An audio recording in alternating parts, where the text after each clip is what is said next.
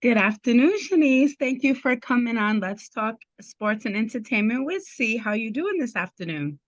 Wonderful. Well, thank you again for coming on. Let's talk. So let us know who you are and where you're from. I'm Shawniece Hall and I'm from Providence, Rhode Island. I currently live in Newport right now, though. Alrighty. So if you guys don't know, she is an author of Okay. Flames book. So when you see this or when you see people reading your book, how does that make you feel?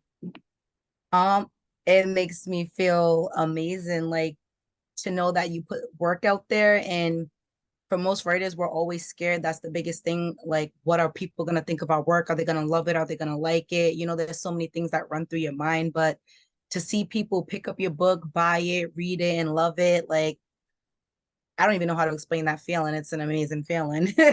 Alrighty, but before we get to that, let's get to the backstory. First off, what got you to reading a book to begin with? I've always been a reader. I love to read. Like even when I was a younger teenager, adolescent, like I've always been a reader, and I always read everything from like Goosebumps, Chicken Noodle Soups, mysteries, urban hood books. I used to read everything. So I've always been a reader. What is your favorite type of book to read? Oh, that has changed over time. Now I still like my urban books. I'm not gonna lie about that. I still love my urban books. I love books that speak to the soul, the spirit. And then lately, as you get older in life, I like to read about financing, investing. So like if you see my bookshelf, it's an array of books. Like there's books in all different kind of genres and categories. Okay, all right. So when you first started reading, what is the first book, if you could remember, that you just could not stay away from? Or author, I should say. Um, if I go back to when I was younger, first thing that comes to my mind is Goosebumps. I love me like some little scary Goosebumps books. So I had read like so many of those. And then following after that, I read a lot of the chicken noodle soup books that came out too. Oh, wow, that's crazy. I never knew that was a book. Yeah, yeah. It's a book about people sharing like their different stories and their journeys in life. They have like different categories for the different kinds of books that they make, but they're really good books. Okay, all right, all right. So do you like um what type of supernatural books? Do you like that type of book? That's the type of reader I am. I love supernatural. I like, different type of powers, Mm-hmm. Twilight. Or my favorite book is Marked. I don't know if you ever read Oh, it, no, but no, it's but it it's sounds by good. PC Cast. It's a series. It's the first one is called Mark, but there's other different. This girl wakes up with a half moon on her head, and it's really good. That's the type of book. So you should try it. It's by PC Cast. But Yeah. um, what got into you? Well, like what made you decide to be like, all right, I'm gonna write a book? So I kind of always used to write. Like, so after I was younger, when I was reading, I always used to think like this is such an amazing thing to like bring your ideas to life and then have Okay. other people read those ideas. So when I was a teenager, I would like buy notebooks and I would like write in my notebooks. I'd get like halfway through a notebook, I'd have the story ready, my characters ready. I'd get halfway through the notebook and I'd just be like, yeah, I'm gonna give up. Even though the story lived in here and I just had to get it out on paper, I'd get halfway through the notebook and I would give up. And then when I got into my adult years, I never stopped thinking about writing. I literally have like 6 to 7 notebooks with like stories, characters, everything. I just never really never really got into it. And then in the hometown I live at now in Newport, one of the ladies out here that I know, she wrote a book. And then I just looked at myself and I'm like, you know her and she's doing it. And you have all these ideas sitting right here and you're just not doing anything with it. So then I was like, you know what? I'm gonna do this. I'm gonna literally put my whole heart into it and I'm gonna do it this time. And now we have flames. Okay. So when you're writing a book, you said, like you always just stop, right? Where does the story come from? Like, where did Flames come from? How did you get the title, the characters, the juicy story? Because this little thing juicy up over here, you know. I was like, "Ooh," I was saying I went out to took myself on a little date and started reading it. I was like, "Okay." So, where did the whole thing of the idea of flames, how do you brainstorm? Like, where did you get your ideas from when it came to this book? And what made this be your first book to put out? So usually my ideas, like I always say, ideas can come from anything, Okay. like I feel like life itself is full of ideas. So, for me, sometimes it could be one little word that I hear, and that whole little word will stop me off on like a whole entire story. Or I can see like a little clip of something and be like, oh my God, wouldn't this be exciting if this was a story and this happened and that happened? So, like, for me, I just feel like inspiration is everywhere. Okay. Everything, even the smallest word, can bring you out to create a whole entire story. So like I always say everything around you is inspiration, even your personal life or someone you know their life or maybe even some crazy stuff that you saw on TV, like anything is really inspiration for writing. When it comes to flames, I literally was like going through all my stories in my book and I'm like, what's going to be the first one that I want to come out with? And like none of those was appealing to me. And then all of a sudden I'm just sitting there looking and I'm like, oh my God, wouldn't it be dope if I came up with a story about this girl who like didn't really believe in love, had this hard, rough life growing up, which a lot of us can relate to. A lot of us Right. A lot didn't of grow up and having it easy. You know what I mean? We might have had parents that didn't love us or show us the love that we need. So, you know, that all And the that molds grandma us into was the one to be there and pick yeah. us up and show us what love was, even though it wasn't what it was, but it was still enough love for Right, us to be like, okay, I had love. Yes. Hmm. right. So I was like, oh my God, it would be nice to have a story with this girl who like goes through that and you know, she works at this club and then she meets this dude and you know, at first she's like, nah, I'm not going to because I already know where love is gonna get me. But you know, he was just persistent and he's like, he knows what he wants. So he's gonna wear her down, you know. But Hmm. as as I came up with all that and I wrote it down, you know, I usually write down the gist of my story, like maybe Hmm. in a few paragraphs. And then after I write down my story, I'll usually go for my characters after that. Like I already knew the main character was going to be a female because that's the way I had laid out the story. I Okay. knew my other main character was going to be a male because that was how I laid out the story.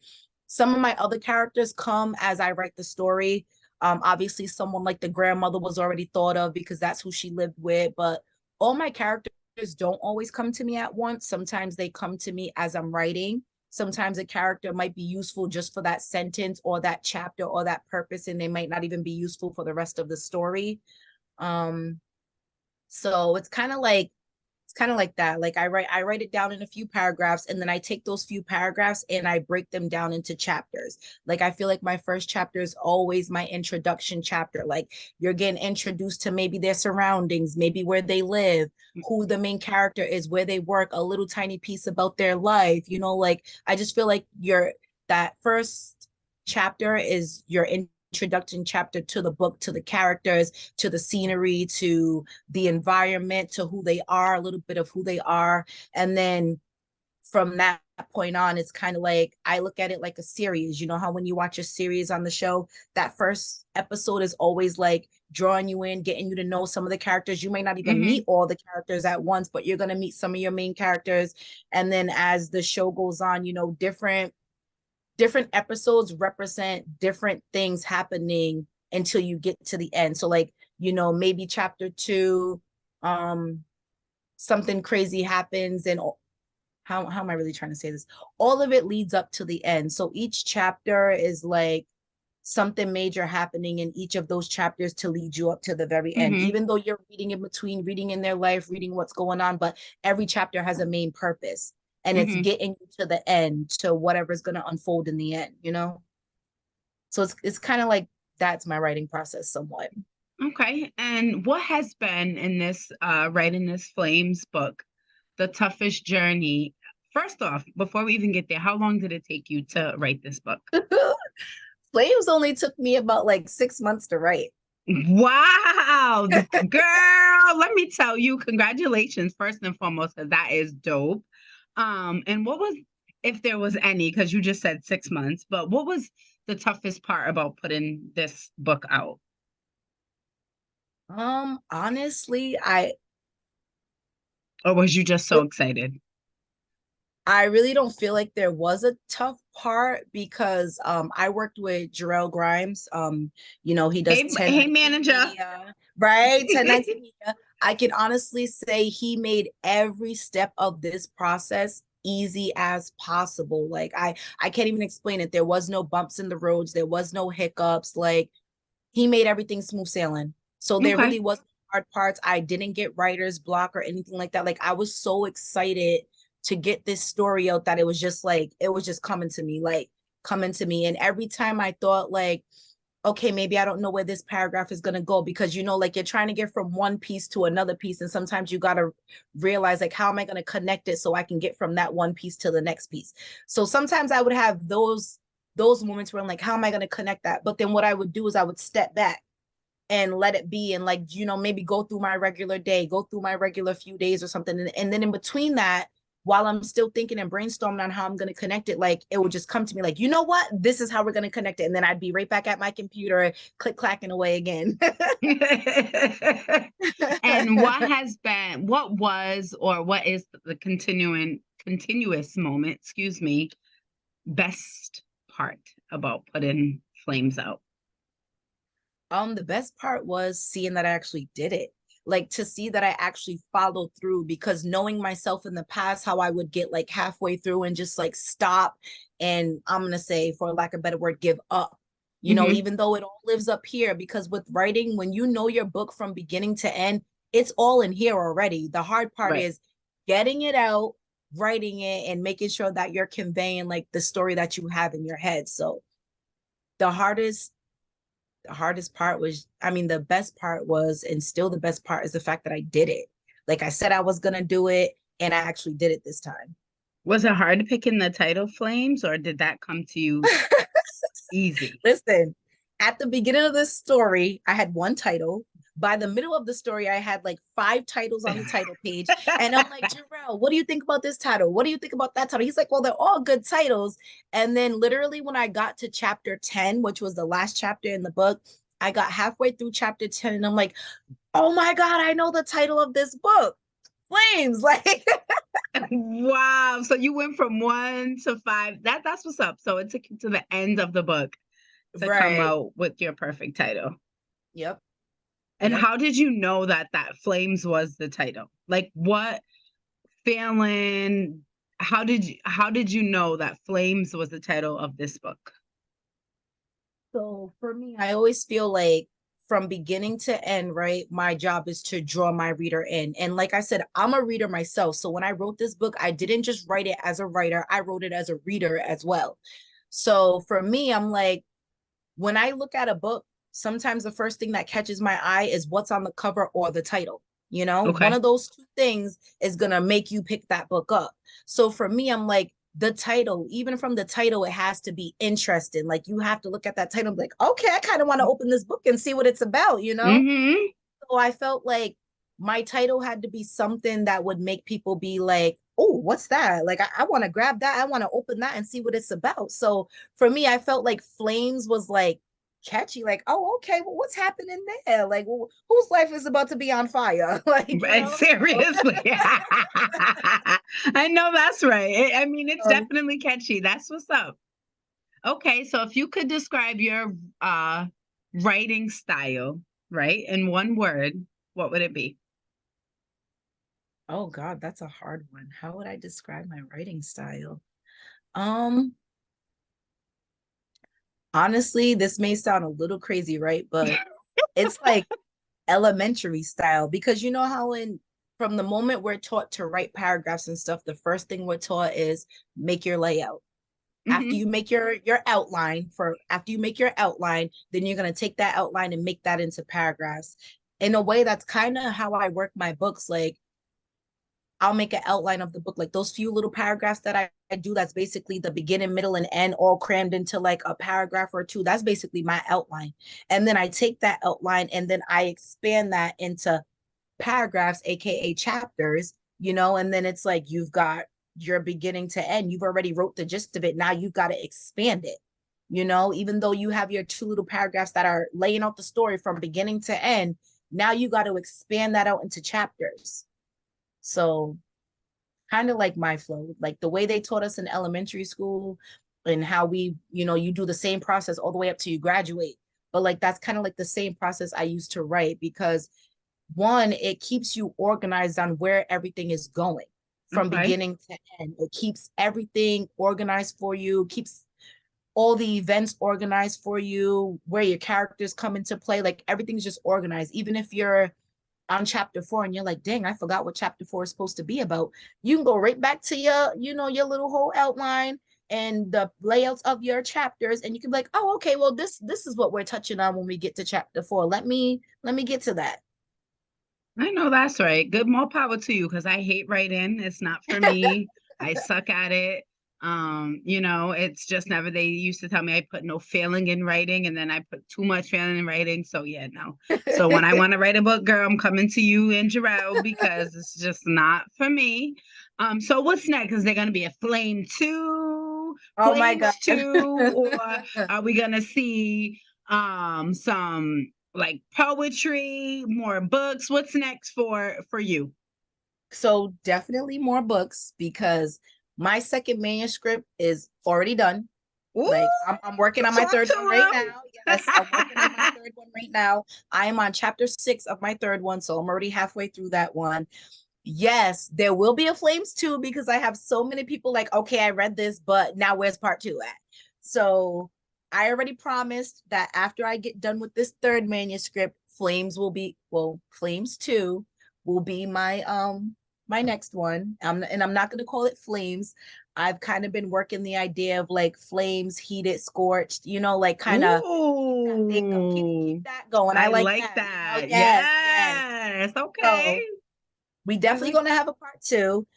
In January, I'm gonna be getting out my second manuscript, which will not be a part 2. It'll be something totally different, but okay. that one is just as good and just as juicy as this. So I'm excited to like get that one out into the world as well. So nothing more but more, like I'm just ready to get all these stories out. I feel like I've waited so long on myself and now I'm trying to play catch up for all the stories I've had this whole entire time. So more Do you writing for have, sure. I know that's right. Do you have like an author or anyone out there that you can say that you write like, or that you admire their writing skills or the way they write their books? Um, Not in particular, because when I write, I don't try to compare myself to others Okay. or be like others. I just try to do what comes naturally to me.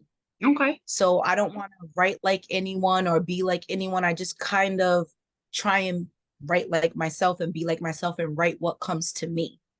I love be you guys. I love that. And if Right, anyone pretty wanted, much.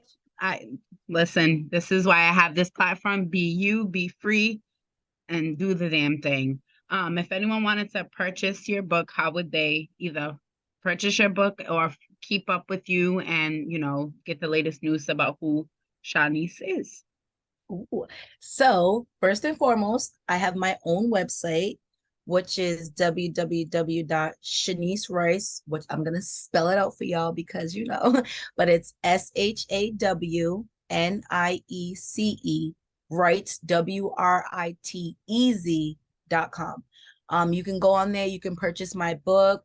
Sometimes I'm uploading videos of certain events that have happened or maybe events that I'm going to go to. um, you can also go on Amazon and find me on Amazon. You can find me on Barnes and Nobles for Flames. But at the same time, I always tell people to shop at my website because you're gonna always get my website discount, which is gonna be cheaper than Amazon or Barnes and Nobles. So ShawnieceWrites.com is where you want to go to first. And then Always. right. And then if you don't want to, Amazon and Barnes and Nobles.